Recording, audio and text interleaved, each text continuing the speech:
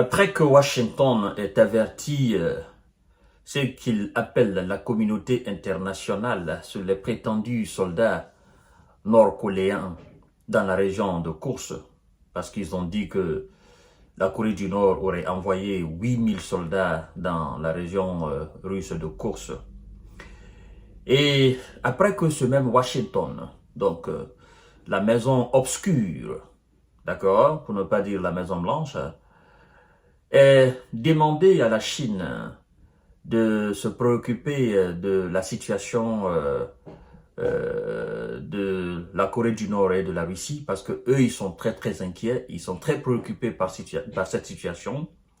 Ils demandaient à la Chine de faire pression sur la Corée du Nord et de la Russie afin qu'ils puissent surseoir leur accord hautement stratégique.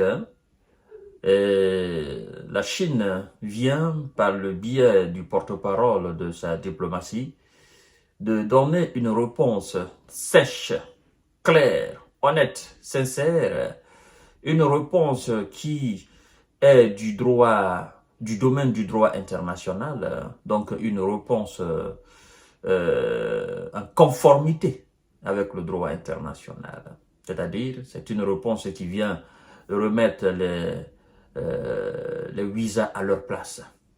Et je crois que ce débat est clos, c'est terminé dorénavant. Ils vont plus soulever cette question de militaires nord-coréens en Russie.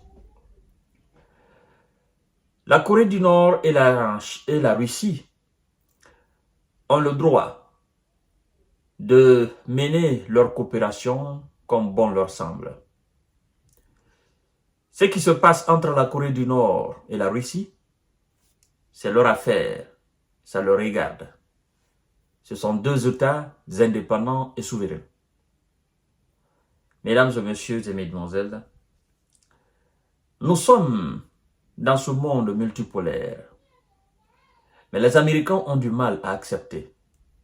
Leurs alliés sur le continent européen, j'appelle d'ailleurs les vassaux, les colonies américaines, ont du mal à accepter que l'ère du monde multipolaire où il n'y a plus de dominant-dominé a sonné. Et nous sommes dans cette ère-là. Qu'il le veuille ou pas, le monde est plongé dans cette ère. Le monde n'est plus sous une quelconque hégémonie occidentale ou américaine.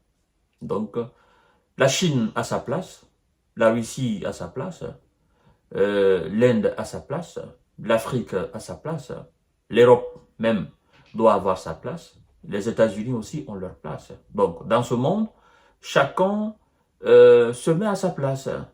Tu ne te mêles pas des affaires des autres. D'accord? Les affaires des États indépendants, tu n'as qu'observer. Tu n'as pas à t'y dedans. C'est une belle réponse que la Chine vient de donner à la maison obscure dorénavant, mesdames et messieurs. Pékin estime que le rapprochement entre Pyongyang et Moscou est une affaire qui les concerne. C'est pas notre affaire, nous les Chinois. De la même que c'est pas notre affaire, vous les Américains, c'est pas votre affaire.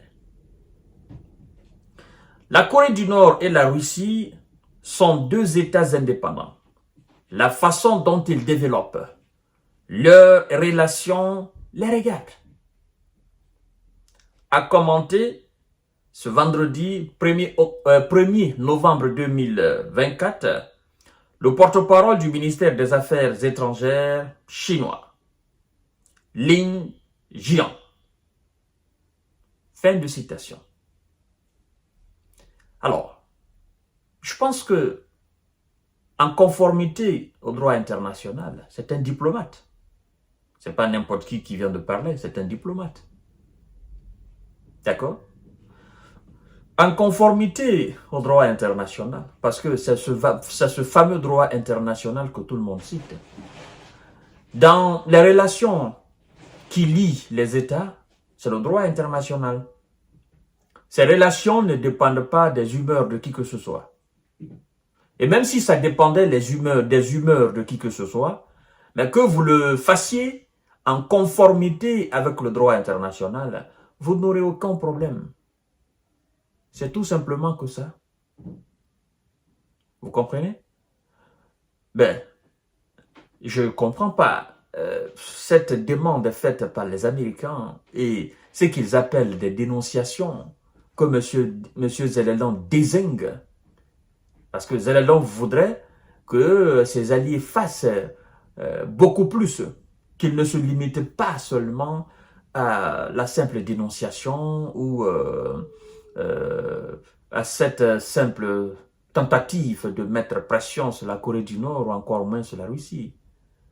Zelensky aurait voulu qu'une réponse proportionnelle du côté des Occidentaux soit présentée aux Russes et aux Nord-Coréens. Cette réponse, dans la tête de M. Zelensky, était l'acceptation de son pays au sein de l'OTAN. Ou comme je l'ai dit hier, voilà, l'acceptation de signer des accords aussi pareils, comme la Russie l'a signé avec la Corée du Nord. En lieu et place de cela, ben, ils se mettent à appeler de gauche à droite les alliés de la Russie, les alliés de la Corée du Nord, qui constituent, eux, leurs propres adversaires. Je vous ai dit la fois dernière, depuis que ces nouvelles sont apparues, moi je vous ai dit carrément que c'était un non-événement, parce que ces soldats coréens, même s'ils sont sur le territoire, je dis bien, même s'ils sont sur le territoire russe, ils n'ont absolument rien à voir avec les soldats ukrainiens. Par contre, s'il y a des soldats ukrainiens sur le territoire russe, ben, les soldats coréens ont alors tout le droit de combattre ces soldats ukrainiens. Parce que leur pays a signé un accord d'assistance mutuelle militaire avec la Russie. Donc, ils ne font que respecter les accords signés par leur pays. La Russie, vous allez voir, le jour que la Russie va tenter d'attaquer la France ou l'Allemagne, ou la Pologne, ou la Roumanie, ou la Suède, ben vous allez voir tout de suite, les Américains vont attaquer la Russie. Parce que ces pays font partie de l'OTAN. Mais puisqu'il n'est pas de l'objectif de la Russie d'attaquer ces pays de l'OTAN, ben, il n'y aura pas de guerre. Donc, les Américains aujourd'hui, ils ne peuvent pas s'attaquer à la Russie. Parce que la Russie ne s'attaque pas à un pays qui a signé des accords militaires ou d'assistance mutuelle militaire avec les États-Unis. C'est aussi simple que ça. En fait, les Américains sont tombés. Les Européens sont tombés. Et ils ne savent plus quoi faire. Ils voient que cette relation a une signification énorme. Deux puissances nucléaires qui signent des accords d'assistance mutuelle. Ah non, ça donne des maux de tête énormes aux États-Unis. Et surtout,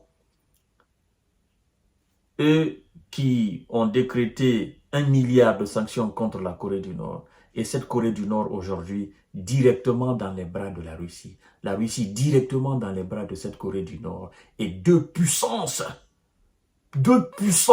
énormes, nucléaires. Ah non, ça va leur servir de leçon. Je vous donne rendez-vous tout à l'heure.